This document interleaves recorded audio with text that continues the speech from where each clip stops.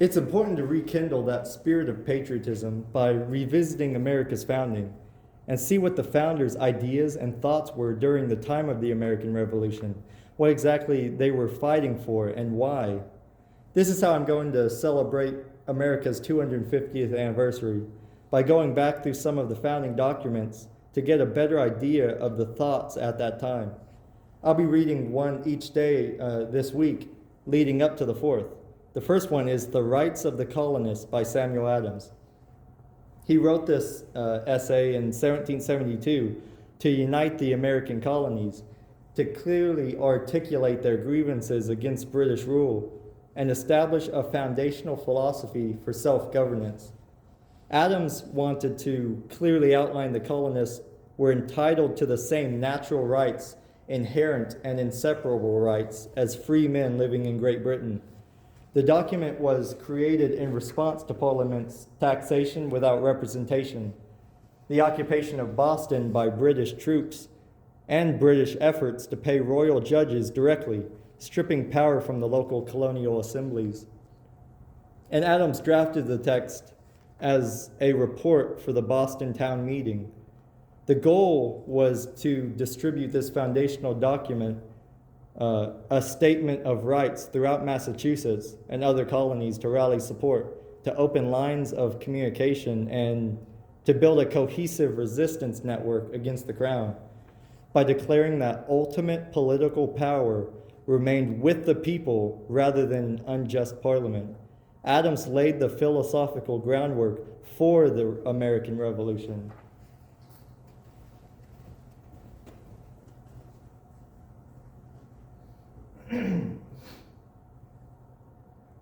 The first point is natural rights of the colonists as men. Among the natural rights of the colonists are these: first, a right to life; secondly, to liberty; thirdly, to property, together with the right to support and defend them in the best manner they can. These are evident branches of, rather than deductions from, the duty of self-preservation, commonly called the first law of nature. All men have a right to remain in a state of nature as long as they please, and in case of intolerable oppression, civil or religious, to leave the society they belong to and enter into another. When men enter into society, it is by voluntary consent, and they have a right to demand and insist upon the performance of such conditions and previous limitations as form an equitable original compact. Every natural right not expressly given up or from the nature of a social compact necessarily ceded remains. All positive and civil laws should conform as far as possible to the law of nature, natural reason, and equity, as neither reason requires nor religion permits the contrary.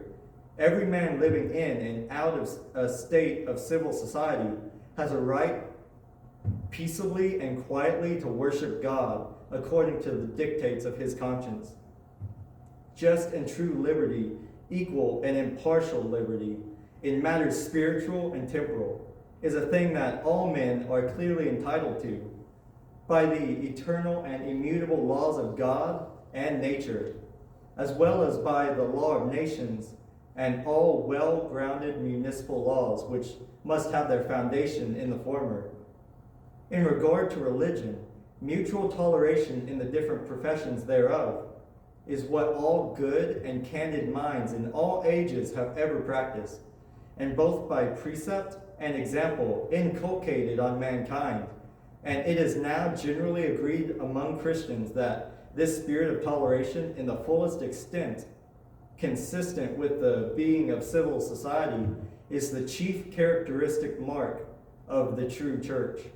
And insomuch that Mr. Locke has asserted and proved beyond the possibility of contradiction on any solid ground that such toleration ought to be extended to all those doctrines are not subversive of society. The only sects which he thinks ought to be, and which by all wise laws are excluded from such toleration, are those who teach doctrines subversive of the civil government under which they live. The Roman Catholics or Papists are excluded by reason of such doctrines as these: that princes excommunicated may be deposed, and those they call heretics may be destroyed without mercy.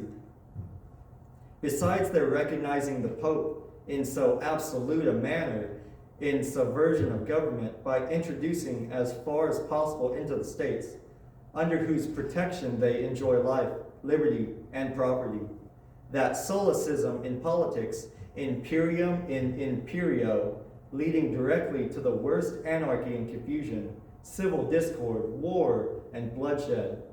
The natural liberty of men by entering into society is abridged or restrained so far only as is necessary for the great end of society, the best good of the whole.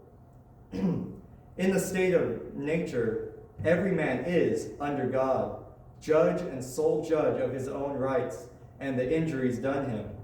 By entering into society, he agrees to an arbiter or indifferent judge between him and his neighbors.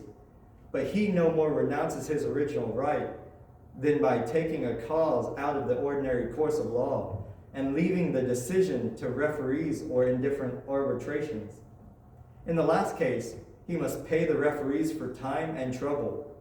He should be also willing to pay his just quota for the support of the government, the laws, the Constitution, the end of which is to furnish indifferent and impartial judges in all cases that may happen, whether civil, ecclesiastical, marine, or military. The natural liberty of man is to be free from any superior power on earth, and not to be under the will of legislative authority of man, but only to have the law of nature as his rule. In short, it is the greatest absurdity to suppose it in the power of one or any number of men at the entering into society to renounce their essential natural rights or the means of preserving those rights, when the great end of civil government, from the very nature of its institution, is for the support, protection, and defense of those very rights, the principal of which are life, liberty, and property.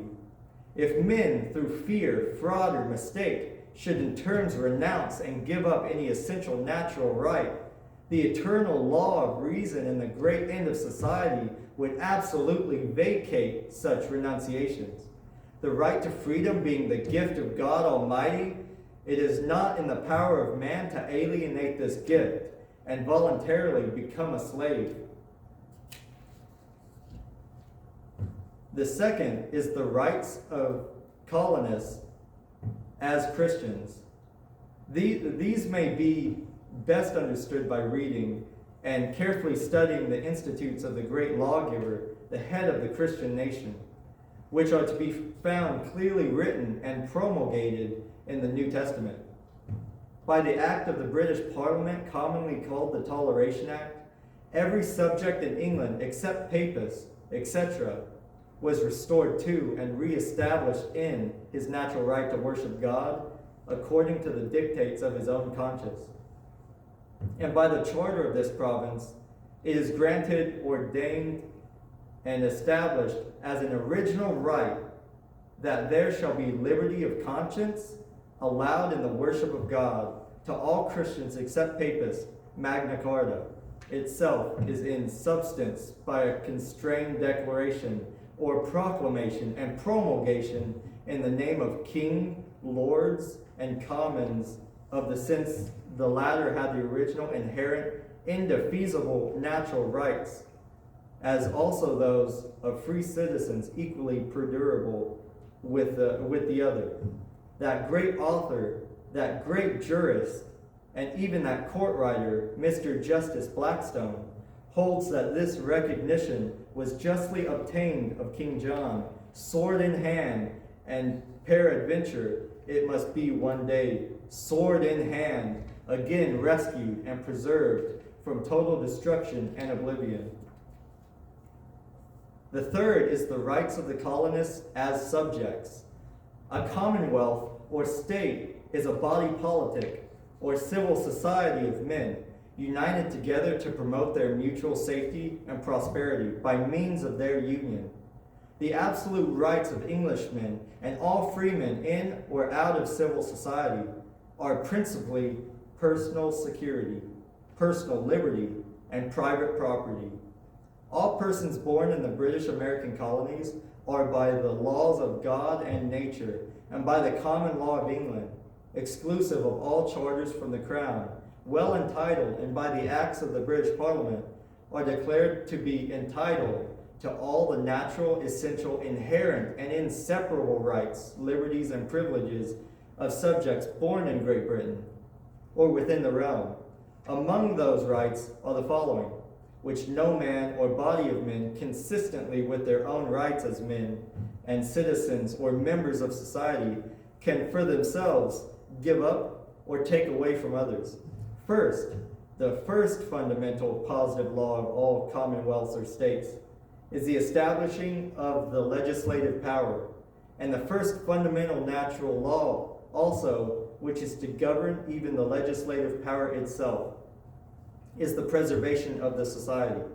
Secondly, the legislative has no right to absolute arbitrary power over the lives and fortunes of the people, nor can mortals assume a prerogative not only too high for men, but for angels, and therefore reserved for the exercise of the deity alone. The legislative cannot justly assume to itself a power to rule by extempore arbitrary decrees, but it is bound to see that justice is dispensed, and that the rights of the subjects be decided by promulgated standing and known laws, and authorized independent judges, that is, independent as far as possible. Of prince or people there shall be one rule of justice for rich and poor, for the favorite in court, and the countryman at the plow. Thirdly, the Supreme Court cannot justly take from any man any part of his property without his consent, in person or by his representatives. These are some of the first principles of natural law and justice, and the great barriers of all free states and of the British Constitution in particular. It is utterly irreconcilable to these principles and to many other fundamental maxims of the common law, common sense, and reason, that a British House of Commons should have a right at pleasure to give and grant the property of the colonists, that these colonists are well entitled to all the essential rights, liberties, and privileges of men and free men born in Britain, is manifest not only from the colony charter, but acts of the British Parliament. Now, what liberty can there be where property is taken away without consent? Can it be said with any color of truth and justice that the continent of 3,000 miles in length and of a breadth as yet unexplored, in which there are 5 million of people, has the least a voice, vote, or influence in the decision of the British Parliament? Have they altogether any more right or power to return a single number to that House of Commons, who have not inadvertently but deliberately assumed the power to dispose of their lives, liberties, and property, that to choose an emperor of China? Had the colonists a right to return members to the British Parliament? It would only be hurtful, as from their local situation and circumstances, it is impossible they should ever be truly and properly represented there. The inhabitants of this country, in all probability in a few years, will be more numerous than those of Great Britain and Ireland together. Yet, it is absurdly expected by the promoters of the present measures that these, with their posterity to all generations, should be easy, while their property shall be disposed of by a House of Commons at 3,000 miles distant from them, and who cannot be supposed to have the least care or concern for their real interest, who have not only no natural care for their interest, but must be in effect bribed against it, as every burden they lay on the colonist is so much saved or gained to themselves.